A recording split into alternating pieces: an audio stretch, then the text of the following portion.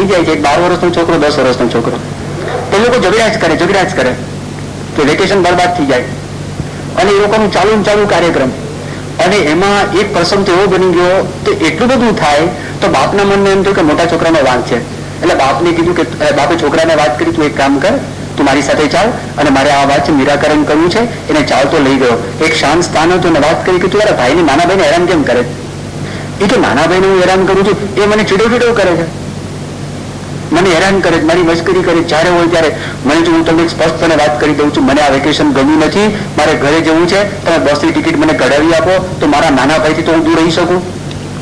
બાજુમાં ગાડીમાં પણ એક બેઠો હોય, ત્યાં એક બેઠો હોય, અહીંયા એક બેઠો હોય, તો માથું પકવી દે છે આ માણસ, મારે એની પાસે રહેવું જ નથી. આટલી બધી નેગેટિવ ફિલિંગ્સ જોઈને એના બાપને તો ગજબ થઈ ગયો. પછી એનો નાનો દીકરો હતો, એ નાના દીકરાને તંબુમાં પોતે પાછા ગયા, અને તંબુમાં જઈને નાના દીકરાને વાત કરી કે આપણે વોકિંગ કરવા માટે જઈએ. એને ખબર પડી મોટો ભાઈ સાથે આવે તો હું નહીં આવું, મોટા ભાઈને ખબર પડી નાનો ભાઈ સાથે કે હું નહીં આવું. પછી બેને પ્રોત્સાહિત કરીને લઈ જાય છે. એક નાનો ડુંગર હોય છે, અને ચલાવીને ડુંગર ઉપર ભરી જણા જઈને બેસે છે, અને ડુંગર ઉપર જઈને ત્યાં આગળ બેઠા, અને પછી ઓલા મોટા દીકરાને વાત કરી, તે મને જે વાત કરી ને મારી હાજરીમાં, તું નાના ભાઈને તું વાત કર.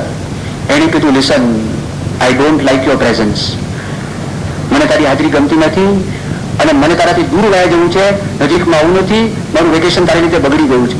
એટલે નાનો એકટાઈ ગયો. એને કીધું, વાહ, ધ્યાનથી સાંભળજો, નાનો ભાઈ શું કે છે? નાનો ભાઈ છે એ કે છે એનું કારણ એમ કે જયારે આપણે ગેમ રમીએ છીએ ને, રમત, તો દર વખતે તું જીતે છે અને હું હારું છું, એટલા માટે હું તને ચીડું છું. એટલે મોટો ભાઈ કે હું સારું રમું છું એટલે જીતું છું. બોલો કે એ તો વાત બરાબર છે, પણ every time you win I lose. તું જયારે જીતે ત્યારે હું તો હારું છું ને, આટલા માટે મારે આમ થાય. I like you presence, don't go. તું અહીંયા રહે છે, મને ગમે તે, તું જઈશ ના. આવું કીધે છે. પછી મોટા ભાઈ પીગડ્યો, બોલો રડ્યો ને, એટલે એનું હૃદય સુધી ત્યાં પહોંચ્યું. આર્ગ્યુમેન્ટ પહોંચે એવી નથી, એને શું મારી વાત તો સાચી કરે. પણ આ દ્રષ્ટાંત ઉપરથી, આ દ્રષ્ટાંત સ્ટીફન કોવીને કીધું હશે, એના પુસ્તકની અંદર લખ્યું છે, પણ એના ઉપરથી એને વાત કરી, C nobody likes to lose. કોઈને હારવું ગમતું જ નથી, દરેકને જીતવું ગમે છે. તો આ વિકલ્પ સારામાં સારો થાય કે ના થાય? કોઈ પણ સોદો કરતા હોય, સોદાની અંદર મારી પણ જીત કેમ થાય, સામેવાળાને પણ કેમ સંતોષ થાય? એ હંમેશા સંબંધ સારા રહેશે, કોઈ પણ ક્ષેત્રની અંદર સંબંધ સારા રહેશે. એટલે આ વર્ણન કરે છે, હંમેશા એના ઉપર જવું, સ્વાર્થ ઉપર ન જવું. એના પર જશો તો લાંબા ગાળે તમને સુખ નહીં આવે, સામેની વ્યક્તિને પણ સુખ નહીં આવે, એનું વર્ણન કર્યું છે. હવે બંને પક્ષની જીત થાય ખરી? આ શક્ય છે? એના દ્રષ્ટાંતો આપણે સાંભળીએ કે બંને પક્ષની કેવી રીતે જીત થાય છે. તો એક દ્રષ્ટાંત આપે છે, અમેરિકાની અંદર એક શહેર છે, સિટી, એનું નામ રેનો. એક 19 વર્ષની છોકરી, એના લગ્ન ગોઠવાયેલા હતા, અને લગ્નનું સ્થાન ગોઠવેલું સેન્ટ રેફલ્સ પાર્ક. બહુ મોટું સ્ટેડિયમ, અને 40,000 માણસો બેસી શકે એવું મોટું સ્ટેડિયમ, પણ ત્યાં આગળ લગ્ન માટેના હોલ ને બધું પણ હોય, એને ગોઠવણ કરેલું. એક વખત ટીવી જોતી હતી, અને ટીવીની અંદર ન્યૂઝ આવતા હતા. તો ન્યૂઝની અંદર એને એવું સાંભળ્યું કે સદામ હુસેન સાથે અમેરિકા જે લડાઈ કરી અને અમેરિકાની જીત થઈ, અને જે સૈનિકો પાછા આવતા હતા એ સૈનિકોનું સ્વાગત થાય, ભવ્યતાપૂર્વક સ્વાગત થાય, રેનો ગામની અંદર જ ગોઠવેલું, સેન્ટ રેફલ પાર્કની અંદર જ ગોઠવેલું, અને જે દિવસે એના લગ્ન હતા એ દિવસે જ આ સ્વાગત ગોઠવેલું, એવું ન્યૂઝ કાસ્ટરે બોલ્યા. એટલે એકદમ ચોંકી ગઈ. એને થયું કે મારા લગ્ન તો ફેલ જશે. ફેલ એટલા માટે જશે, ત્યાં આગળ મારા એક લગ્ન થતા હોય, અને બેટા ઉપરથી પેલા જેટ ફાઇટર્સ ઉડતા હોય, 40,000 માણસો ભેગા થયા હોય, ધમાલ થતી હોય, મારા લગ્ન ત્યાં આગળ દેવનું સેટ કેમ થાય? પણ પહેલા પેલી નવાઈ લાગી કે મેં આ બુકિંગ કરાવેલું, તો આ બુકિંગ ક્લાર્કે એ લોકોને આ હા કેમ પાડી? એટલે મનમાં પેલો વિચાર આવ્યો. એટલે બુકિંગ ક્લાર્કને ફોન કર્યો સેન્ટ રેફલ્સ પાર્કમાં કે ભાઈ મારા લગ્ન ગોઠવાયા, 6 મહિનાથી મેં નક્કી કર્યું છે, આ તો હમણાં થયું, તો તમે લોકો માટે હા કેમ પાડી? બુકિંગ ક્લાર્કે કીધું, જો ભાઈ, મેં છે ને હા નથી પાડી, અને હજી તો એ જે સ્વાગત સમિતિ છે ને, સૈનિકોની સ્વાગત સમિતિ, ડેઝર્ટ સ્ટોર્મ વેલકમ કમિટી, એ જે કમિટી છે ને, એને તો મને ફોન પણ નથી કર્યો, મારું બુકિંગ પણ નથી કરાયું, પણ આ ન્યૂઝની અંદર આવી ગયું, હવે લોકોનું દબાણ છે કે તમે આ સ્થાનમાં જ કરો, એટલે કદાચ અહીંયા જ કરવું પડશે. એટલે આને નવાઈ થઈ કે અહીંયા આવ્યું કેવી રીતે ટીવી ઉપર? એટલે એને સમિતિમાં ફોન કર્યો, સમિતિમાં ફોન કરીને વાત કરી, ભાઈ મારા તો લગ્ન ગોઠવાઈ ગયા છે, અને લગ્નમાં તમે આવી રીતે સેન્ટ રેફલ્સ પાર્કમાં ગોઠવી તો ઠીક ના કહેવાય. ઓલા જે બેન હતા ને મુખ્ય એના કમિટીના, એને કીધું કે અમે ગોઠવી નથી. તો થયું કેવી રીતે? એ કે અમે ચર્ચા કરતા હતા મીટિંગમાં, ક્યાં ગોઠવું, અલગ અલગ સ્થાન હતા. એમાંથી કોઈક એવી વાત કરી કે આપણે સેન્ટ રેફર્સ પાર્કમાં રાખવું જોઈએ કારણ કે પાર્ક મોટો છે. તો એ અમારી જે બ્રેઇન સ્ટોર્મિંગ સેશન હતું ને, જે અમે ચર્ચા કરતા હતા, એમાંથી ન્યૂઝ લીક થઈ ગયા અને કોકે જેને પેલા પ્રેસમાં આપી દીધા અને ટીવીમાં આપી દીધા. એટલે અમને પૂછ્યા વગર ઓલા લોકો ન્યૂઝમાં જાહેરાત કરી દીધી અને હવે ન છૂટ કે લોકોનું દબાણ છે એટલે અમારે કરવું પડશે. એટલે આને વિચાર તો હતાશા નિરાશા વધારે આવી. પણ આવા સેમિનાર અટેન્ડ કરેલી, આ દુનિયાની અંદર એવા વિકલ્પોનું અસ્તિત્વ છે કે જ્યાં આગળ તમે પણ જીતો અને બીજા પણ જીતી શકે. જો પ્રયત્ન કરો, પુરુષાર્થ કરો તો આવું કંઈ થઈ શકે. એ સેમિનારમાં ગયેલી એ બેનને ખબર, એને વિચાર કર્યો મારી પણ જીત થાય અને આ લોકોની પણ જીત થાય, કેવી રીતે બની શકે? બહુ વિચાર કર્યો ને અને એને એક વિચાર સ્ફુર્યો. વિચાર એ સ્ફુર્યો, 4 જુલાઈ એ અમેરિકાનો સ્વાતંત્ર્ય દિન છે, 4 જુલાઈ. અને સ્વાતંત્ર્ય દિન એટલે કે આમથી સ્વતંત્રતા મળેલી છે, લડાઈ થયેલી છે, એમાં સૈનિકો પણ ઇન્વોલ્વ થયેલા છે, સૈનિકો પણ ત્યાં આગળ આવેલા છે અને આ સૈનિકની સ્વાગત સભા છે. જો બંને ભેગું ગોઠવે તો કેવું? તો 4 જુલાઈ પર શિફ્ટ થઈ જાય, એના લગ્નની ડેટમાં ફેરફાર થઈ જાય. પણ આ કેવું કોને? તો એની જે સમિતિ હતી ને 4th જુલાઈ કમિટી, એ 4th જુલાઈ કમિટીને આ બેને ફોન કર્યો, નામ મેલિસા. એ મેલિસાએ ત્યાં ફોન કર્યો અને ફોન કરીને કહ્યું કે બીજું કઈ નહીં, એને એટલી જ વાત કરી કે તમે એવું કરી શકો, આ હોમ કમિંગ છે, આ લોકો સૈનિકો આવે છે, સ્વાગત કરો છો, સ્વતંત્રતાનો દિવસ છે, એ બેવું ભેગું થઈ શકે તો કેવું ભવ્ય થાય. ઓલું કે ખરેખર ભવ્ય થાય, એ જ રાખવું જોઈએ, અમે તૈયાર છે. એને તૈયારી બતાવી એટલે સીધી આ સૈનિકોની સ્વાગત સમિતિ મને ફોન કર્યો. એને વાત કરી કે તમે આવજો, ભેગું ગોઠવો તો બરાબર તમને અનુકૂળ આવે એવું છે. એક આ તો ભવ્ય વિચાર છે, આ તો અદભુત છે. તો ઓલા લોકો માનશે 4th જુલાઈ વાળા? તો કે મેં એમને ફોન કર્યો, એ લોકોએ હા પાડી છે. એને પૂછ્યું ઓલી જે બાઈ હતી ને, મુખ્ય બાઈ, કે આ વિચાર કોને આવ્યો? કે મને વિચાર આવ્યો કે તમે આવો, અમારી કમિટીના તમે મેમ્બર થઈ જાઓ. રેનો ગામની અંદર 19 વર્ષની છોકરી, જેને કોઈ કનેક્શન નહીં અને મોટા મોટા માણસો આ ગામની સમિતિની અંદર તે વખતે 19 વર્ષની છોકરીને દાખલ થવા માટે દીધું અને સચવાયું અને બંને ભેગું થયું. ભવ્ય જબરજસ્ત મોટું કામ થયું. પેપરની અંદર પણ આવ્યું કે આને આવો વિચાર આપેલો, પેપરમાં આવ્યું. પણ થિંક વિન વિન, પોતાની પણ જીત થઈ, લગ્ન પણ શાંતિથી પત્યા, એ બધું થયું અને 4th જુલાઈની સ્વાગત સમિતિ ધામધૂમપૂર્વક થઈ ગઈ. આ તો થિંક વિન વિનનું દ્રષ્ટાંત એ સ્ટીફન કોવી પોતે આપે. પછી કેટલાક ઘરની અંદર પણ પ્રસંગો બને છે. તો ઘરની અંદર બહુ સરસ દ્રષ્ટાંતો આપ્યા. આ સ્ટીફન કોવીના પત્ની હતા ને, હવે એને બાળકને જન્મ થયો, નાનો બાળક હતો, ધાવણો બાળક. એનો બીજો બાળક 2 વર્ષની ઉંમરનો હતો. પણ જયારે બાળકોનું કેવું તંત્ર છે, આપણે જો ખરેખર ધ્યાન રાખીએ ને તો બાળકોની લાગણી આપણને બધી જ ખબર પડે. અને જો આપણે ધ્યાન ન રાખીએ તો કશું ના થાય. પણ એ મોટો તેની પાછું એવો જ થાય. આપણી ગાય ને પરદેશની ગાયમાં ફેરફાર છે. પરદેશની ગાય જર્સી ગાયો આવે છે ને, તો ખેડૂતોને તમે પૂછો, એ જર્સી ગાયનો કોઈ પ્રેમ જ ન હોય, કશું જ નહીં, કાંઈ જ નહીં. અને આપણી જે ગાય હોય ને, આપણી ગાય પાસે વાછડું જાય ને, તે વાછડું જાય પછી પારસો મૂકે અને એની આંખમાં તમને પાણી દેખાશે, કરુણા દેખાશે. જર્સી ગાયમાં નહીં દેખાય. અને જર્સી ગાયને તમે છૂટી કરી નાખો તો દૂધ આપે, એને કશું જ નહીં, કઈ કરતા કઈ નહીં. એટલે જેવા બાળક સાથે આપણે વર્તણૂક કરીએ, બાળકનું ઉછેર એ પ્રકારનું થાય અને બાળક બહુ સ્વસ્થ અને બહુ તંદુરસ્ત બાળક થાય, અદભુત થાય, બધી રીતે બધા ક્ષેત્રની અંદર એનો વિકાસ થાય. આ તો બહુ સેન્સિટિવ હતા. આ પત્ની, એમણે તો ચાઇલ્ડની અંદર એના ઉછેરમાં એને PhD ડિગ્રી પ્રાપ્ત કરેલી, એના પત્નીએ. એટલે આ બાળક નાનો હતો અને જયારે ધવડાવતા હતા તો 2 વર્ષના બાળકને ખૂંચે. એ શું ખૂંચે? એટલો વખત મારું ધ્યાન તમે નથી રાખતા. જો બોલતો નથી પણ એની માને ખબર પડી ગઈ, આને ખૂંચે છે કે he was a bit resentful that I was nursing the infant. હું નાના ઇન્ફન્ટને નર્સ કરતો હતો. હવે એને થયું કે હવે આમાં આ તો મને પણ, કારણ કે એને ગમતું નથી એટલે મને પણ ગમે નહીં, એટલે મારી પણ થોડીક હાર થઈ કહેવાય, એ બાળકની પણ હાર થઈ કહેવાય. તો મારે શું કરવું જોઈએ જેને કરીને એ પણ રાજી થાય, હું રાજી થઉં? એને કીધું, જો 2 વર્ષના બાળકને સમજાવે છે, આ તો નાનો છે, ધાવણો છે, એ તો ખાલી eats and sleeps, એટલે ખાલી આ ધાવે છે અને સૂઈ જાય, એ તો બીજું કશું કરતો નથી. તો તું એક કામ કરીશ, તારી મનગમતી કોઈ પણ પુસ્તક લઈ આવ મારી પાસે, અને એ પુસ્તક હું તને એ વખતે વાર્તાઓ હું તને કહીશ, એ પુસ્તકમાંથી વાંચીને તું લઈ આવ, અને બાકીનો બધો ટાઈમ તારી સાથે જ મારે છે. એટલે બાળકને ધવડાવતા હોય, એ ધવડાવતા એ પુસ્તકનું વાંચન કરે અને ઓલો બાળક સાંભળે, બાળક ખુશ થઈ જાય, બાળકની પણ જીત થઈ, એની પણ જીત થઈ.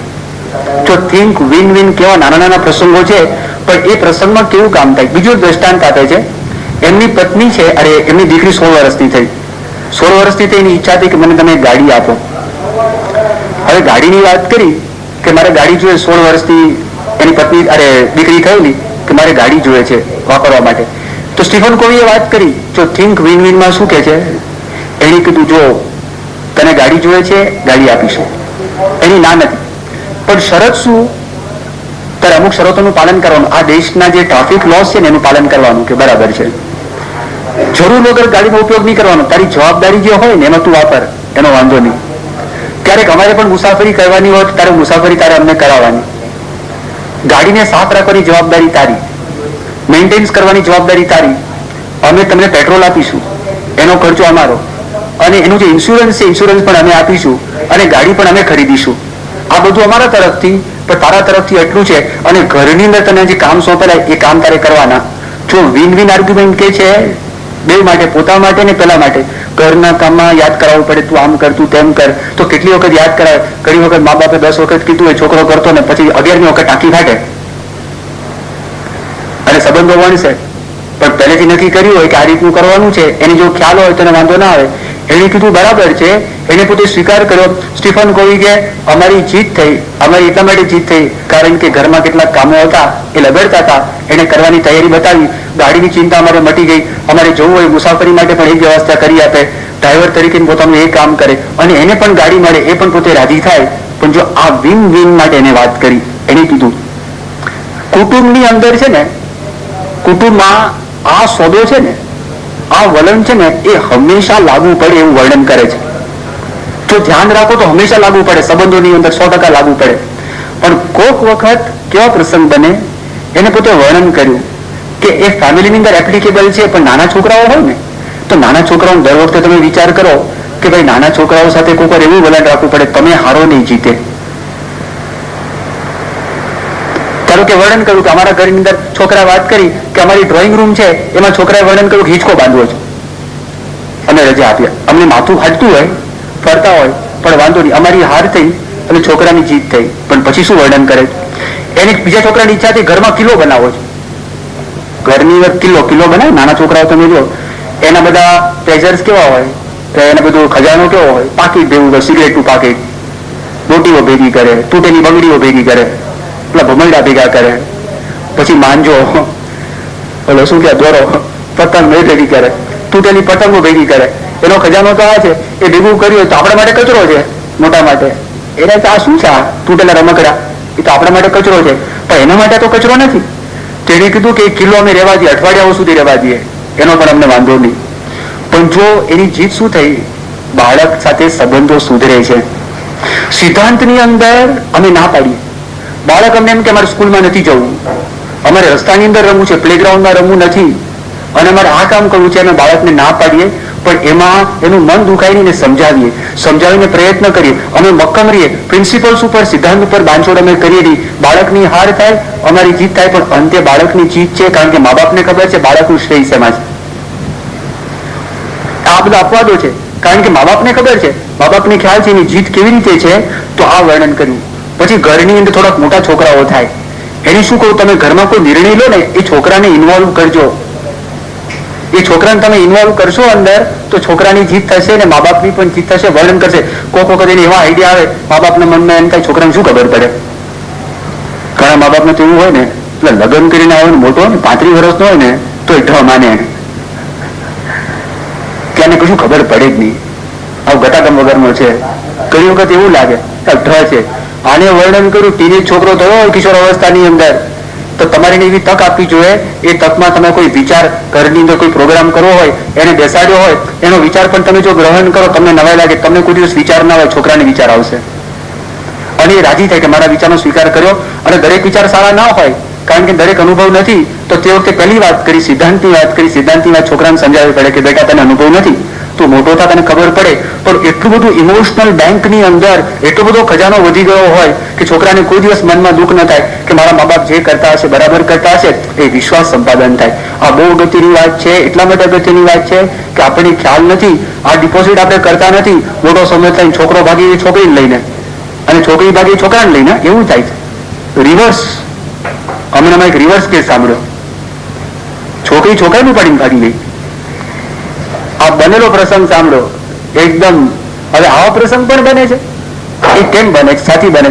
પણ આવું ડિસિઝન હોય તો અલગ અલગ લગ્ન કરવા હતા તો મા બાપને કહી દેવું હતું કે લગ્ન કરવા છે આની સાથે, તો તારો ટ્રસ્ટ હોય ને વિશ્વાસ હોય તો મા બાપ વ્યવસ્થા કરી આપે અને કે ભાઈ આવી રીતનું છે અને સમજાવે. અને ખોટું હોય તો એ સમજાવે કે ભાઈ તું આમાં કરીશ મરીશ, તકલીફ ઊભી થશે.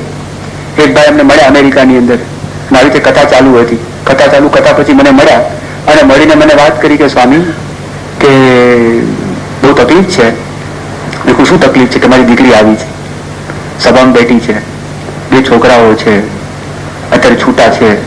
શું થયું છે? શું તકલીફ શું થઈ? લગ્ન ગોઠવાયા. એને નક્કી કર્યું કે આ છોકરા સાથે લગ્ન કરવા. મા બાપે ના પાડી કે મુસલમાન છે, એને આપણા સંસ્કાર નથી, મારે હું તને વિનંતી કરું તું ધ્યાન રાખ અને ન કરવા જોઈએ. તને દુઃખ થશે, તકલીફ થશે. કે તમે જો ના પાડો તો હું મરું. આ લોકોનો રામબાણ ઈલાજ સુઈસાઈડ, એટલે મા બાપ ઢીલા ઢસ, ઉપાધિના પારની. અને કોઈ કરે ખરા શૂરવીર હોય તો, એવું નથી. પણ એને કીધું કે હું મરું. એને કીધું તું મરે શા માટે? તું મરતી હોય તો ના મર ભાઈ, તું લગ્ન કર. અને લગ્ન કર્યા તો ખરા. થોડાક વખત લગ્ન ચાલ્યા અને આ બેન 1 મહિના માટે દેશમાં આવ્યા. પેલા ભાઈ બીજી છોકરી લઈ આવ્યા. અને આને જે ધક્કો લાગ્યો મને કે આ મહિનામાં 8 કિલો વજન ઉતરી ગયું. અત્યારે બેઠા સભામાં 8 કિલો વજન ઉતરી ગયું. આ તકલીફ ઊભી થઈ છે. પણ જો ટ્રસ્ટ બંધાયો હોય, વિશ્વાસ બંધાયો હોય તો છોકરી પહેલેથી જ કે ભાઈ આવું છે અને એને એના બાપનો વિશ્વાસ હોય, મારા બાપ બરાબર કે છે, આમાં તકલીફ ઊભી થાય છે, મારા આ બાબતની અંદર તો મને અનુભવ નથી, મારા મા બાપનું મારે માનવું જોઈએ અને મને ધ્યાન રાખવું જોઈએ કે આ કેવી રીતે છે, શું છે. પણ આ ટ્રસ્ટ બંધાયો હોય તો એટલા માટે વર્ણન કરે છે ફેમિલીની અંદર હંમેશને માટે આ એક એપ્લિકેબલ છે. બીજી એક વાત કરી, તમે શું કરી શકો, મદદ કરી શકો. ઘણી વખત સ્પર્ધામાં બાળકો કેવા, બાળકો તો રડે, પણ કિશોર અવસ્થા પણ બહુ ટેન્ડર છે. એ લોકો રડી પડે. આપણને લાગે પણ ખબર ના હોય, બહુ જો દબાણ આવ્યું હોય ને તો પણ રડી પડે. કારણ કે સ્પર્ધામાં ક્યારેક હારી ના આવ્યા હોય, ત્યારે સારા માર્ક ના આવ્યા હોય, એને મહેનત કરી. 12મા ધોરણમાં તમે તમારી નજર સામે જોતા હો, આ છોકરાએ મહેનત કરી છે, બિચારાને 60% માર્ક આવ્યા. અને હકીકતની અંદર પરિસ્થિતિ એવી છે, ગમે તેવા સારા છોકરાઓ છે, મહેનત 1.5 વર્ષ માટે મહેનત કરી હોય અને મહેનત કર્યા પછી જ્યારે પેપર ખોલાવીને જુએ છે અને એનો બાપ ભેગો હોય અને બાપને બતાવે 50 માર્ક વધે એવા હતા. અને આપણા ગવર્મેન્ટ સુપ્રીમ કોર્ટના કાયદા પ્રમાણે ઓલા ખાલી આમ ટીક કર્યું હોય અને માર્ક ના આપ્યા હોય તો કદાચ આપે, પણ ધારો કે 3 માર્ક હોય ને અડધો માર્ક આપ્યો હોય તમે ફેરફાર ના કરી શકો. અહીંયા તો ના ટેબલ બેઠો છે, બધા ઘણા બધા છોકરાઓ બેઠા છે, પરીક્ષિત છે, પાછળ બેઠા છે, આ બધાને ઘણા અનુભવ થયા છે. આમ તો એને ટકા સારા એવા, માર્ક સારા એવા. મેથ્સની અંદર મેથ્સ 2માં 75 માંથી 75, મેથ્સ 1 ની અંદર 75 માંથી 62 કે 63 કેવા કંઈક માર્ક આવ્યા. એ કે આમાં તો 75 માંથી 75 માર્ક હતા જ, મને એમાં કોઈ શંકા જ નથી. પછી ગયા હતા જોવા માટે, જઈને જોયું તો 5 પ્રશ્ન હતા, 15 માર્કના 5 પ્રશ્ન. પહેલામાં 15 માંથી 15, બીજામાં 15 માંથી 15, ત્રીજામાં, ચોથામાં 15 માંથી 15, પાંચમું હતું તો 5 માંથી માર્ક આપ્યા હતા, 2 કે 3 માર્ક આપેલા. ખાલી પહેલો સવાલ હતો, થોડીક ભૂલ હતી તો 3 માંથી કંઈક 2 માર્ક આપ્યા. અને પછી બીજા ચોકડા છે, અરે તું જોતો ખરા બધું સાચું છે પણ એક પણ માર્ક નહીં. એ લોકો ઊંઘીને કામ કરતા હોય. આમાં કોઈ હોય તો બધા નથી એવા. સારા પરેશભાઈ ત્રિવેદી, આપણે પરેશભાઈ છે અહીંયા આગળ પરીખ, એ પણ હતા એમાં બહુ સારામાં સારી રીતે. હું એને વચ્ચે પૂછતો હતો, મને કહેતા હતા કે વ્યવસ્થિતપણે જોઈ અને આપણે બધા આવા નથી પણ અમુક આવા છે. મારે કહેવાનું આવા પ્રસંગ બને ત્યારે તમે નજર સમક્ષ તમારે જોવો છો છોકરો મહેનત કરે છે અને પછી માર્ક ઓછા આવે છે, ભગવાનની ઈચ્છા, એની મરજીની વાત. તો ત્યાં આગળ તમારે એ સ્પર્ધા ઓફસેટ કરવી પડે. એનું દ્રષ્ટાંત બહુ સુંદર આપે છે. દ્રષ્ટાંત આપીને સમજાવે છે કે એક છોકરી હતી, બાસ્કેટબોલ રમતી હતી. અને બાસ્કેટબોલની અંદર કેવું છે, બાસ્કેટબોલમાં 5 માણસ સામે હોય, 5 માણસ આ બાજુ હોય, રમતા હોય. અને એ રમે તો તમે સ્કોર જેટલો કરો ને, તમે અંદર નાખો એ પ્રમાણે તમને પોઈન્ટ્સ મળે. પણ તમારી પાસે બોલ આવે તો તમે નાખો ને. ઓલા સમજ્યા, તમારી પાસે બોલ જ ના આવવા દેતો અને તમે નજીકમાં નજીક હો તો પણ તમને બોલ ના આપે તો આ બેન છે, એની એક મિત્ર હતી. તો આ ધીરે ધીરે એ બોલ નાખવામાં એટલી એક્સપર્ટ થઈ ગઈ, એના વખાણ થવા માંડ્યા. તો એની જે સહેલી હતી એ સહેલીને ગમ્યું નહીં. તો જયારે રમત રમે ને, એક રમતમાં એવું બન્યું, એક પણ બોલ એને આપ્યા જ નહીં. એટલી બધી કંટાળી ગઈ. એના બાપને આવીને વાત કરી કે આ કેવી છે, આટલું નજીકમાં હું ઊભી છે, મને બોલ પાસ કરતી નથી, તો મારે કેવી રીતે નાખવું. અને બહુ 2 કલાક સુધી બધી વાતચીત કરી. બાપે શાંતિથી સાંભળ્યું. એના બાપે શું કીધું ખબર છે? હું તને ઉપાય કહું. અને ઉપાય કયો ખબર છે? જ્યારે જ્યારે તારી પાસે બોલ આવે ને ત્યારે ઉપર નાખવાનું નહીં, તારે એને પાસ કરી દેવાનું. એનું મગજ એવું થઈ ગયું, આ શું મારા બાપ બોલે છે? આ ડોહાને મનમાં ખબર પડતી નથી. પેલું તો મને આપતી નથી, અને આ ડોહાને ખ્યાલ નથી આવતો કે મારી પાસે આવ્યું છે તોય મારે આપી દેવાનું, મારી પાસે આવ્યું તોય આપવાનું. અને કીધું કે જો હું તને કહું ધીસ વિલ વર્ક, આ તને કામ લાગશે, તારી જીત થશે, એની જીત થશે, એટલું તો કહી તો દીધું એને, આ વાત તો કરી દીધી. પણ પછી ત્યાં રમવા માટે આવીને એને મનમાં નક્કી કર્યું આ ગેમની અંદર એક પણ દડો મારીને આપવો નથી. પણ એ સ્ટેડિયમ એના બાપ હાજર હતા, અને એનો બાપનો અવાજ બૂમિંગ વોઇસ મોટો, એ બધા ઉપર સાંભળે. એની પાસે બોલ જેવો આવ્યો ને, એને દીકરીને કીધું કે પાસ ધેટ બોલ, બોલ પાસ કર. એવું જોરથી એકદમ બોલે ને, એ કે બાસ્કેટબોલની રમતની અંદર આઈ ફોરગેટ એવરીથિંગ, બધું ભૂલીને રમતો, પણ મારા બાપનો અવાજ ના ભૂલી શકું. એનો અવાજ મોટો આવ્યો. એક સેકન્ડ માટે વિચાર કર્યો, અને પછી આ એમની જે સાહેલી હતી, પેમ એનું નામ હતું, એને આ દડો પાસ કરે છે. અને એને આમ અચંબો થયો, ઝાટકો લાગ્યો, શું વાત છે, મને દડો પાસ થયો. એને નાખ્યું ને 2 પોઈન્ટ મળ્યા. બાસ્કેટબોલની અંદર ફર્સ્ટ હાફ ને સેકન્ડ હાફ હોય, તો પહેલા હાફની અંદર જેટલા બોલ આવ્યા ને બધાને પાસ કર્યા, અને પોતે એક પણ સ્કોર ન કર્યા. આને થયું કે સાલું આ શું છે? અને બીજો હાફ થયો ને તો પેલી પાસ કરવા માંડી, એ આપવા માંડી એને, અને એમાં લોકો જીત્યા. તો બંનેને આનંદ તો થયો, અને બંનેને આનંદ તો થયો, પણ પરિણામ એવું આવ્યું કે પરિણામની જ્યારે જ્યારે મેચ રમાય તો એ લોકોની જોડી એવી જામી ગઈ કે એને ખબર પડે કે આને પાસ કરવાનું, આને પાસ કરવાનું.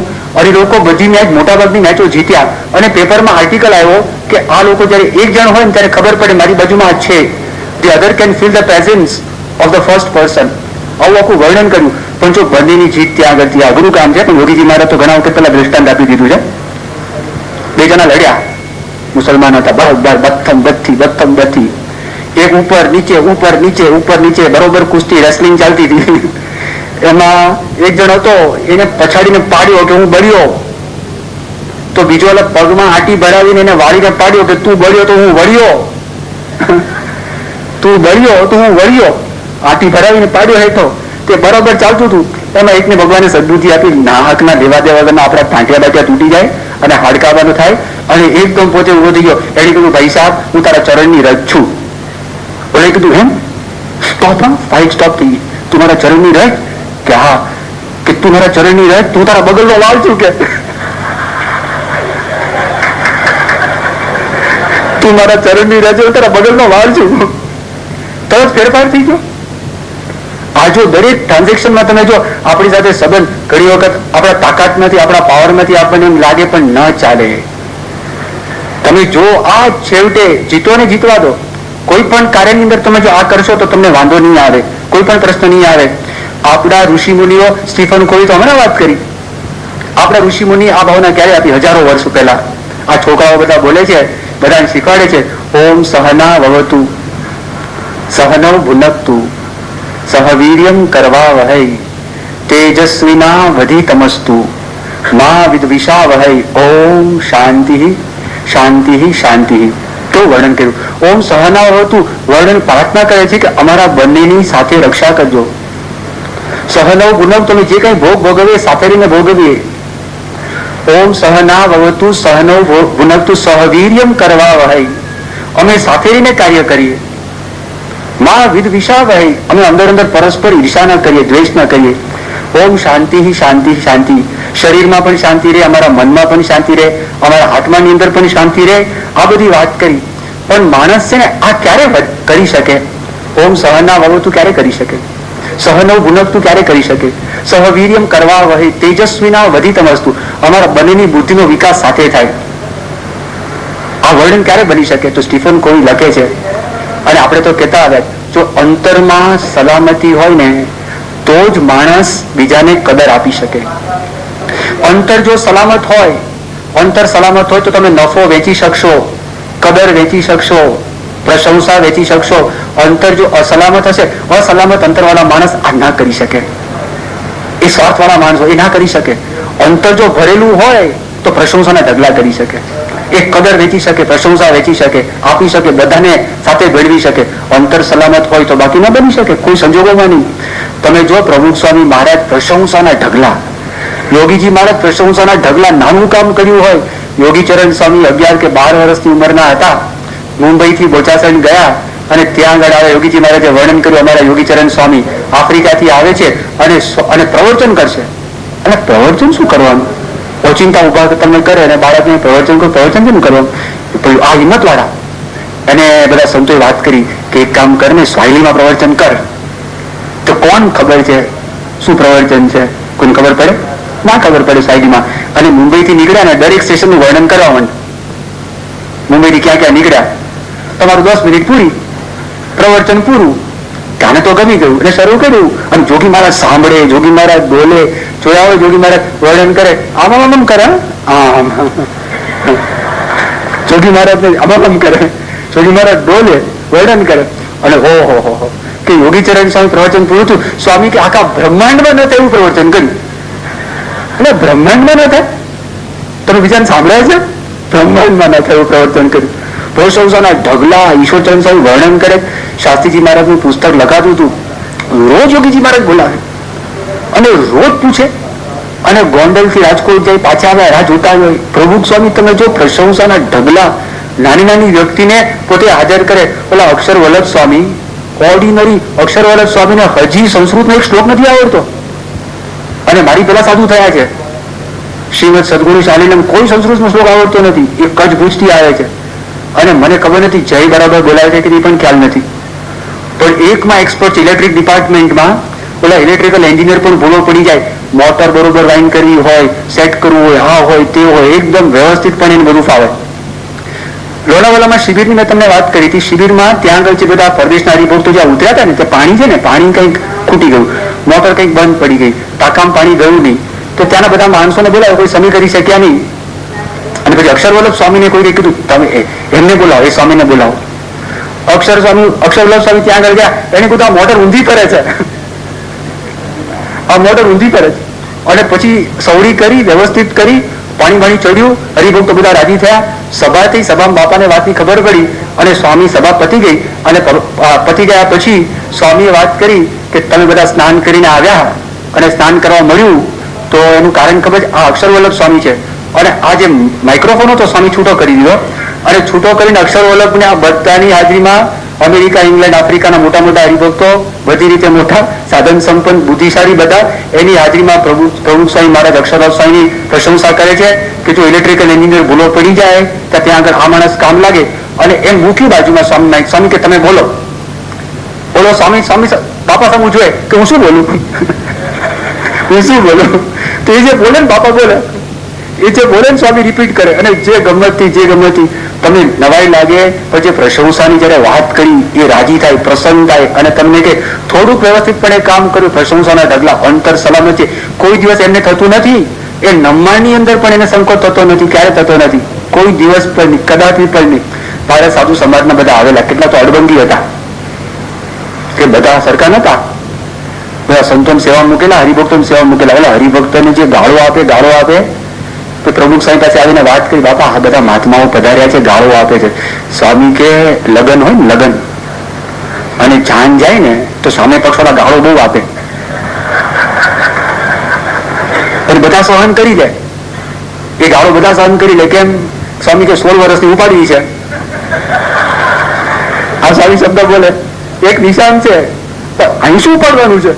આ ગાળો અમારે સહન. સ્વામી કે આપણે છે ને 3 દિવસ એમ સમજવાનું આ જાન આવી છે, એને બધાને રાજી જ રાખવાના. ગમે તેટલું બોલે સ્વામી કે તમે સમજો આ બધા સાધુ મહાત્માને આપણે એવું સમજવું એની ગાળો એ ઘીની નાળો છે, એમ કરીને સ્વામી બધા આશ્વાસન આપે. હવે એવા બધા આવેલા અને પછી ત્યાંથી ચલો જે આપણે ઉત્સવ ઉજવાયો, ઉત્સવમાંથી આપણે મંદિરે આવેલા, શાહીબાગ મંદિરે, પહેલે માળે સંતોનો પૂજાનો હોલ. અને બાપાના આંખે તકલીફ હતી ને મુશ્કેલી હતી. એવા સંતો આમ બેઠા હતા, એ લોકોને પુરસ્કાર આપવાનો હતો. પૈસા તો સ્વામિનારાયણના સંતો અડે નહીં, પણ બીજા સંતો અડે ને, એ એમ કે વિદાય દો. તો આપણે કે લે ને વિદાય, તો વિદાય લે. કોણ ના પાડે છે કે વિદાય એટલે પૈસા આપો એમ તો વિદાય થાય. એટલે સ્વામીએ પણ ગોઠવણ કરી, પુરસ્કાર, શાલ બધું. અને પૈસા છે આપણું જે વિશ્વવિહારી સ્વામીના પૂર્વાશ્રમના પિતાશ્રી મોહનભાઈ, એ બધાને કવર, એને પાસે કવર હતા, દરેક સાધુને એ પોતે એ આપતા હતા. અને બધા મહાત્માઓ આવેલા એને આપતા હતા. અને પ્રમુખ સ્વામી શાલ ઉડાડે. ઈશ્વરચરણ સ્વામી જાહેરાત કરી કે પ્રમુખ સ્વામી તબિયત સારી નથી, આંખે તકલીફ છે, એના બદલામાં એ પોતે જ ત્યાં જશે. સ્વામી કે ના, હું જઈશ. સ્વામી બધાને ચરણ સ્પર્શ કરે, બાંકાથી વળે અને શાલ ઉડાડે અને પેલા આપે. અને પાછું મેં કહ્યું શું, અડધા સાધુઓ ઉપર પહોંચી ગયા હતા કારણ કે જગ્યા ઓછી, અડધા નીચે હતા. અને એ ગોઠવણી હરિનારાયણ સ્વામી કરેલી કારણ કે એ મહામંત્રી હતા. એમાં પછી જે સેકન્ડ બેચ આવ્યો ને, પ્રમુખ સ્વામી બેઠા હતા, બાજુમાં જ એક બેઠો હતો અને ગરમ થઈ ગયો. ક્યાં સમજતે હરિનારાયણજી कि अभी तक भारत साधु समाज में ये पक्षपात कहां तक चलने वाला है, हम पहले क्यों नहीं. स्वामी के हमारी गलती हो गई तो माफ करना. नहीं नहीं, आपकी गलती नहीं है, उसकी गलती है. स्वामी के नहीं, हमारी कुछ गलती हो गई, अपराध होगा तो माफ करना. नहीं, आपकी गलती नहीं, उनकी गलती है. स्वामी के हमारी गलती. जो બીજાની ભૂલ માથે ઉપાડે પણ આદર બધાને પગે લાગે કેમ, એને કઈ લૂસ કરવાનું છે નહીં. ભગવાનનો સાક્ષાત્કાર આ પૂર્ણમાન અચલ પ્રતિષ્ઠમ, પૂર્ણ છે અહીંથી. તો એ વર્ણન કરે ત્યારે જ બની શકે, બાકી આ ન બની શકે. તો વિન વિન એ થાય, એ બાપાના જીવનમાં આપણને ખ્યાલ આવે.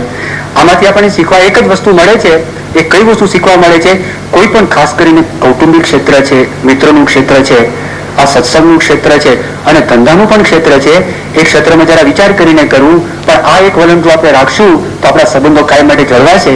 આ ચોથી હેબિટ છે, અહીંયા આગળ આપણે પૂરી કરીએ છીએ. કાલે 5મી હેબિટ આવશે. એ 5મી હેબિટ છે seek first to understand and then to be understood. પહેલા બીજાને સમજવા માટે પ્રયત્ન કરો, પછી સમજાવવા માટે પ્રયત્ન કરો. સજાનંદ સ્વામી મહારાજની જય.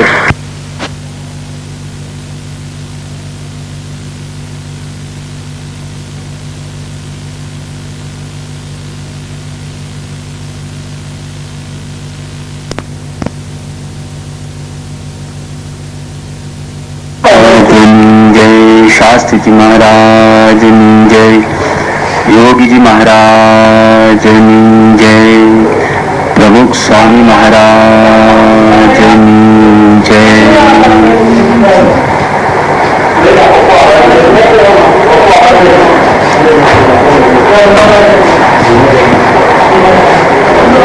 ગઈકાલે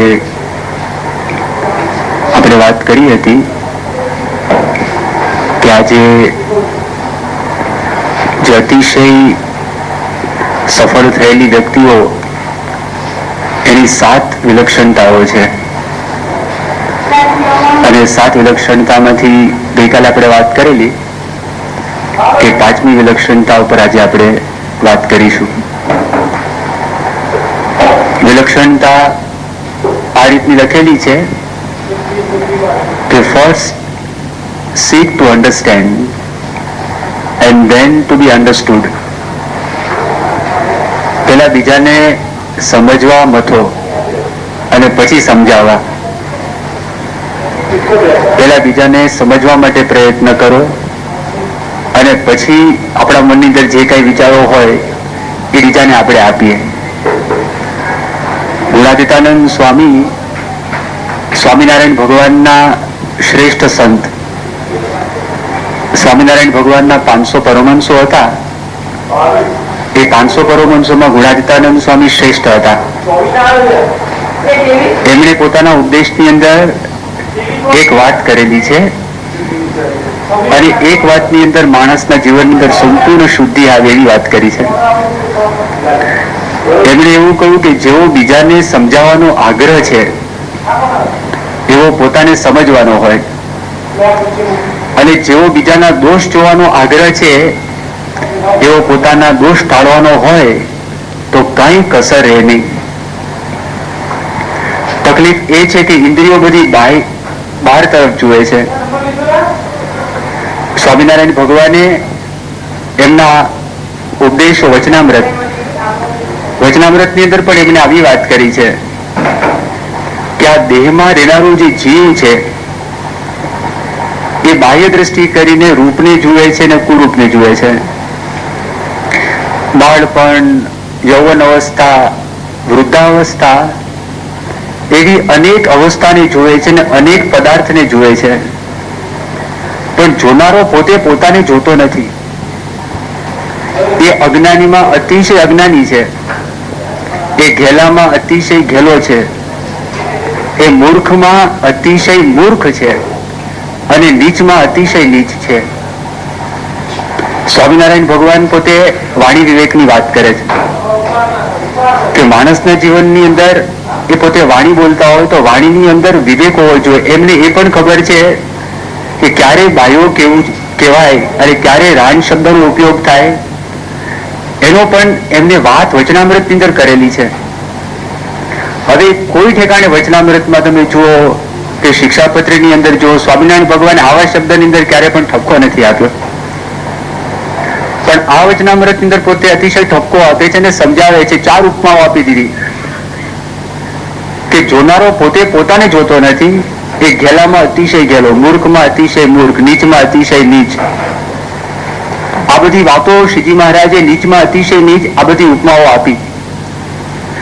તો આ લોકો મહેનત કરી. સ્ટીફન કવિની હું તમને વાત કરતો હતો, એમણે બહુ મહેનત કરી, બહુ પ્રયત્ન કર્યા અને વિશ્વની અંદર જેટલા સફળતાને લગતા સાહિત્ય બહાર પડેલા એનો અભ્યાસ કરીને આ બધી સૂટેઓ એમને આપેલી છે. તો એ સૂટેઓની અંદર પણ આપણને એમ દેખાય કે આપણા ઋષિ મુનિઓ હજારો વર્ષો પહેલા આપણા ઘરમાં જ આ બધી વાતો હતી. પણ ઘરની બધી વાતો કેવી છે? ઘર કી મુર્ગી દાળ બરોબર. આપણને આ બહારનું વધારે સારું લાગે.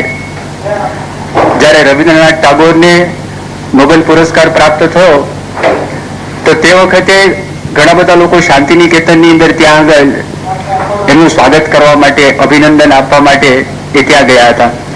એમણે ના પાડી, મારે કોઈ માણસને મળવું જ નથી. સ્પેશિયલ ટ્રેન આવેલી કે મારે કોઈને મળવું નતું. કે તમારે કેમ કોઈને મળવું નથી? કે એનું મુખ્ય કારણ એ છે કે ગીતાંજલિ તો મેં ક્યારની લખેલી.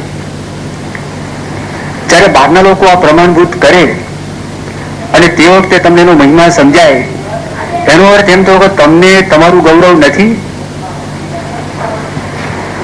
મારે કોઈનું સ્વાગત જોઈતું જ નથી અને મારા અભિનંદન પણ જોઈતા નથી. તમને તમારું આત્મગૌરવ હોવું જોઈએ કે તમારી પાસે આ બધી વસ્તુઓ છે.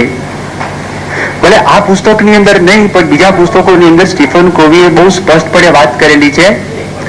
ધારો કે પુટ ફર્સ્ટ થિંગ ફર્સ્ટ, એ જુદું જ પુસ્તક બહાર પડેલું છે આખું, અને એને 10 વર્ષમાં અવોર્ડ ઓફ ધ ડેકેડ એટલે 1990 થી લઈને 2000ની સાલ સુધી કે જે પર્સનલ ડેવલપમેન્ટની અંદર, વ્યક્તિત્વ વિકાસની અંદર સારામાં સારું પુસ્તક કોઈ બહાર પડેલું હોય એવા 2 પુસ્તકના અવોર્ડ તેમને પ્રાપ્ત થયેલા જ છે. તો એ પુસ્તકની અંદર પોતે વર્ણન કરે છે કે પૂર્વનું જે ડાપણ છે, પૂર્વનું જે જ્ઞાન છે, તો એ જ્ઞાનનું પણ મેં વાંચન કર્યું છે અને એનું સંકલ્પન મેં કરેલું છે અને એ વાત પણ આની અંદર મેં મૂકેલી છે. તો એનું પણ આપણને ગૌરવ હોવું જોઈએ કે આ તો બધા બીજ માત્ર છે. આ તો ખાલી દિશ માત્ર આપણને વાત કરેલી છે, કઈ સંકેત કરેલા છે, કેટલીક જનરલ વાત આપણને કરેલી છે કે જીવનની અંદર ચારિત્ર હોવું જોઈએ, જીવનની અંદર મૂલ્ય હોવા જોઈએ. પણ આપણા બધા આધ્યાત્મિક અને નૈતિક સાહિત્યની અંદર બહુ સ્પષ્ટપણે સમજાવેલું છે નીતિ કોને કહેવાય, અધ્યાત્મ પણ કોને કહેવાય એ પણ વાત કરેલી છે. એટલે ફક્ત આનું આપણે જો વાંચન કરીએ તો આપણને અવશ્ય લાભ થશે એની ના નથી, પણ એ પૂરતું નથી, અધૂરું છે. એ પણ આપણા મગજની અંદર બહુ સ્પષ્ટપણે આ વાત આપણને સમજાવવી જોઈએ. 5મી સુટેવ એની મેં તમને હમણાં જ વાત કરી. એ કઈ સુટેવ છે? 5મી સુટેવ આ છે કે પેલા બીજા માણસોને આપણે સમજવા માટે પ્રયત્ન કરીએ અને પછી આપણે પોતાની જાતને સમજવા માટે પ્રયત્ન કરીએ અને પછી બીજાને સમજાવવા માટે આપણે પ્રયત્ન કરીએ તો આપણા જીવનની અંદર સફળતા પ્રાપ્ત થશે. આ જો માનવ સંબંધોની વાત છે, માનવ સંબંધોની અંદર તમારે કોઈની પણ સાથે સંબંધ જો રાખવો હોય તો એકદમ ઓબ્વિયસ ફેક્ટ છે, એ સમજાવી વાત છે કે તમે બીજા સાથે સંબંધ ક્યારે રાખી શકો? જ્યાં સુધી તમે એને ઓળખતા ના હો, જ્યાં સુધી તમે એને સમજતા ના હો, તો ત્યાં સુધી તમે એની સાથે સંબંધ કેવી રીતે રાખવાના છો? એ સંબંધ તમે કોઈ દિવસ નહીં રાખી શકો. સ્ટીફન કવિ એ પોતે વાત કરે છે કે જીવનના ઘણા બધા ક્ષેત્રની અંદર એ ક્ષેત્રમાં આપણને આ સિદ્ધાંત જોવા મળે છે. દાખલા તરીકે તમે વકીલને જુઓ, વકીલ શું કરે છે? વકીલ પાસે કોઈ ક્લાયન્ટ જાય, અસીલ જાય તો વકીલ છે ને સમજવા માટે પેલા પ્રયત્ન કરે છે. તો જીવનના દરેક ક્ષેત્રમાં તમે જો કોઈ પણ વ્યક્તિને કોઈ પણ ક્ષેત્રની અંદર સફળતા પ્રાપ્ત કરવી હોય, વકીલને પોતાના અસીલો સાથે સંબંધો સ્થાપવા છે. તો એને જો સંબંધો સ્થાપવા છે તેને પોતાના ક્લાયન્ટને સમજવા પડે, પોતાના અસીલને સમજવા પડે. જો એ ન સમજે તો એને ખબર ન પડે, કેસનો પણ ખ્યાલ ના આવે.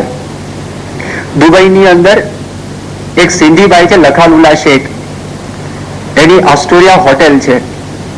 એને કોઈક આમ ગૂંચ થઈ અને મુંબઈની અંદર પણ જૂ સ્કીમની અંદર એનું મકાન છે. કેટલી બધી બ્રાન્ચીસ વિશ્વની અંદર બીજે ઠેકાણે પણ છે. એ વ્યક્તિને કંઈ પ્રોબ્લેમ થયો, એને એક એડવોકેટની જરૂર પડી.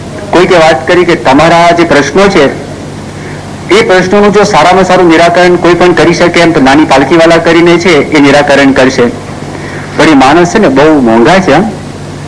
1 મિનિટના 1000 રૂપિયાનો ચાર્જ છે. તમારે એની પાસે જોવું હોય તો જાઓ, પણ તમને સલાહ વ્યવસ્થિત મળશે. જેમ ગુણાતીતાનંદ સ્વામી પોતાની વાતોમાં લખ્યું ને કે એક દુકાન ઉપર લખેલું કે ₹1,00,000 બુદ્ધિ. કે ₹1,00,000 બુદ્ધિ શું? એ ₹1,00,000 બુદ્ધિની અંદર ફક્ત એક સૂત્ર પ્રાપ્ત થયું. રાજાનો જે કુંવર હતો એ રાજાનો કુંવર ત્યાં આગળ ચડ્યો, કારણ કે એને પ્રધાનના કુંવરને 3 દિવસથી પોતે ભૂખ્યો હતો અને ગામની અંદર ખાવાનું લેવા માટે મોકલેલો, અને ઓલો પોતે ગામની અંદર ફરવા માટે નીકળ્યો. તો તે વખતે થયેલું ગામના રાજા મરી ગયા હતા અને કોકને મૂકો તો એની ઠેકાણે. તો બધા મંત્રીમંડળે એવું નક્કી કર્યું કે દરવાજો ખુલે અને જેવો દરવાજો ખુલે ને પ્રથમ જે વ્યક્તિ આવે એ વ્યક્તિની ગાદી પર બેસાડી દેવા. હવે પેલો પ્રધાનનો કુંવર ફરતો ફરતો ત્યાં આવ્યો, દરવાજો ખુલ્યો, એને ધામધૂમપૂર્વક રાજા બનાવી દીધા. એ રાજા બનાવ્યા તો એની અંદર પોતે ભૂલી ગયા કે હું તો પ્રધાનનો કુંવર છું, રાજાનો કુંવર જંગલમાં છે, ભૂખ્યો છે, એને મને ખાવાનું લેવા માટે મોકલ્યો છે, મને કંઈક અત્યારે હું બેસી ગયો છું, બધું ભૂલી ગયો. થોડોક સમય થયો તે રાજાનો કુંવર ગોતતો ગોતતો ત્યાં આગળ આવ્યો અને જેવો દરવાજામાં દાખલ થયો, દરવાજામાં એક દુકાન ઉપર બોર્ડ હતું, અહીંયા આગળ બુદ્ધિ વેચાય છે, બુદ્ધિની દુકાન. આ વિશ્વની અંદર કોઈ યુનિક વાત. એ દાખલ થયો, એક માણસ ત્યાં આગળ બેઠો હતો, ટેબલ ઉપર ખુરશી, દુકાનની અંદર કશું માલ જ નહીં, કાંઈ હતું જ નહીં. એ ત્યાં બેઠા. આ તો બહુ પૈસાદાર વ્યક્તિ હતા. એને વીટી પહેરેલી, ₹1,00,000 વીટી હતી, વીટી ગાડી. અને વીટી ગાડીને પેલાને કીધું કે મને આ ₹1,00,000 વીટી છે, લાખની બુદ્ધિ આપો. એને ત્યાં આગળ ડ્રોવર ખોલ્યું, ડ્રોવરમાંથી એક પેન કાઢી, એક ચિઠ્ઠી કાઢી અને ચિઠ્ઠી પર એક વાત લખી, એને બીડીને આપી દીધી. એને તો લાખની બુદ્ધિ શું છે? એને ચિઠ્ઠી ખોલી અને ચિઠ્ઠી ખોલીને વાંચન કર્યું કે તમારા કરતા હોદ્દાની અંદર વ્યક્તિ નીચો હોય એને દૈવવશાત તમારા કરતા હોદ્દો ઊંચો મળે તો તમે એને નમસ્કાર કરજો. એનું તો મારું ₹1,00,000. હજી પેટમાં તો બડબડિયા બોલે છે, હજી તો મને ભૂખ લાગી છે અને ત્યાં તો બધા નગારા અને બધા બેન્ડ વાજાના અવાજ આવવા માંડ્યા. એ બહાર નીકળીને પૂછ્યું કે શું છે? કે નવા રાજા છે, એ છૂટાયા નથી, નવા રાજાને ત્યાં વરણી થયેલી છે અને એનું આ સ્વાગત છે. તો આખા નગરની અંદર એ નગર યાત્રા નીકળવાની છે. તો કે બહુ સારું, ઊંચો કોણ રાજા છે? એ ત્યાં પોતે ઉભા રહ્યા. એ રાજકુંવર જ હતા અને એને જોયું હાથી ઉપર, ઓહો, પોતાનો મિત્ર પ્રધાનનો કુંવર ચડી ગયો ઉપર. પેલા તો મગજ બરોબરનું ગરમ થયું. એને જોયું કે આને મેં ખાવાનું લેવા માટે મોકલ્યો હતો અને આ માણસ ચડી ગયો છાતી ઉપર. પણ તરત ઓલી તાજી બુદ્ધિ લીધી છે ને, ₹1,00,000 ખર્ચેલા અને લાખની બુદ્ધિ લીધેલી, એને થયું કે મારા કરતા નાનો છે પણ અત્યારે એ રાજા થઈને બેઠો છે, માટે મારે નમસ્કાર કરવા જોઈએ. હાથી પરથી પેલો જોયે છે, ઓહો, આ તો હું ભૂલી ગયો, આ બિચારો ભૂખ્યો તરસ્યો છે. એ ત્યાં આગળ જયારે થાય છે તરત જ પોતે હાથ જોડે છે, હાથ જોડીને નમસ્કાર કરે છે અને પગે લાગે છે. પહેલાને એક શોક થઈ ગયો, આ મારો મિત્ર મને અત્યારે પગે લાગે છે. અને તરત જ એના અંતર ઝાંખપ આવી ગઈ. એને કહ્યું, એ હાથી હતો ત્યાં ઉભો રાખ્યો અને ઉભો રાખીને એને વાત કરી કે આ જે વ્યક્તિ છે ને એ વ્યક્તિને તાત્કાલિક તમે મહેલની અંદર લઈ જાઓ અને તમે એને સ્નાન બાન કરવાની વ્યવસ્થા કરજો, એને જે કંઈ ખાવાનું જોઈએ એ ખાવાની તમે વ્યવસ્થા કરજો, હું પાછો આવું છું. હવે રાજાનો ઓર્ડર થયો હતો, એ બધું કામ તો થયું અને પછી સ્નાન કરી અને વ્યવસ્થિત ફ્રેશ થઈ એ પોતે ત્યાં આગળ આવ્યા અને આવે છે ને પછી આખા બધા દરબાર ભરાઈને બેઠો હતો, બધું મંત્રીમંડળ ત્યાં આગળ ભરાઈને બેઠું હતું. પછી તે વખતે આ પ્રધાનના કુંવરે પ્રશ્ન પૂછ્યો કે હું રાજા છું? તો કે આ તમે રાજા છો. હું કહું એમ થાય? તો કે તમે કહો એમ થાય.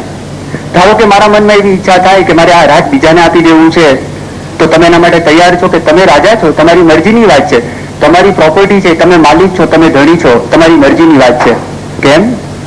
તો એને વાત કરી કે આજથી, અત્યારથી આ જે છોકરો આવ્યો છે એને મારે મારી જગ્યાએ બેસાડવો છે અને આજથી રાજા છે. પછી એને ઘટસ્ફોટ કર્યો કે હકીકતની અંદર રાજાનો કુંવર તો આ છે, હું પ્રધાનનો કુંવર છું અને હું તો ચડી ગયો છું આના ઉપર, ભલે તમે મને રાજા બનાવ્યો.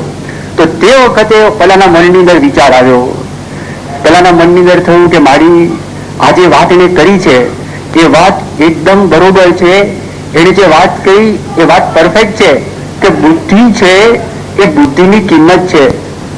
1 લાખ રૂપિયાની બુદ્ધિ એ વ્યક્તિને પ્રાપ્ત થઈ. ત્યારે જો આ બધી બુદ્ધિઓ આપણને આપેલી છે, નાના નાના સૂત્રો આપેલા છે, તો એ સૂત્ર જીવનની અંદર ઉતરી જાય. ગુણાતીતાનંદ સાહેબ પોતાની વાતમાં બોલ્યા કે 1 થી લાખ રૂપિયાની બુદ્ધિ છે અને મોક્ષની બુદ્ધિ છે એ વાત કોઈક અલગ બુદ્ધિ છે. એમ એવી રીતે એક નાની કલમ અહીંયા આગળ મૂકી. એ નાની કલમ શું મૂકી કે બીજાને તમે સમજવા માટે પ્રયત્ન કરો. તે લખાનુલા શેઠ પેલા પાસે ગયા અને એની પાસે ગયા અને વાત